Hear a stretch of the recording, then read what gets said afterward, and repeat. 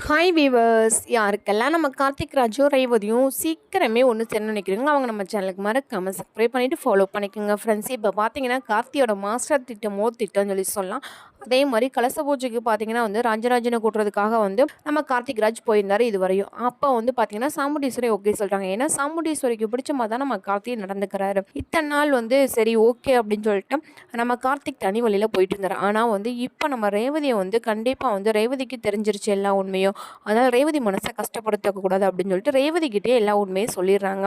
சொன்னதுக்கப்புறம் ரேவதி, நீயும் நானும் நான் சொல்கிற மாதிரி நடந்துக்க அப்படின்னு சொல்லும்போது, சரிங்க மாமா, நீங்கள் என்ன சொன்னாலும் நான் நடந்துப்பேன், நான் உங்கள் கூட சேர்ந்து வாழ்ந்தால் போதும்னு சொல்லிட்டு நம்ம ரேவதி முடிவு பண்ணிட்டாங்க. அதுக்கேற்ற மாதிரி ரேவதி சரிங்க மாமா அப்படின்னு சொல்லிட்டு வீட்டுக்கு போயிடறாங்க. வீட்டில் ஒரு ட்ராமாவே போட்டு நம்ம கார்த்தி அரங்கேறுகிறாரு.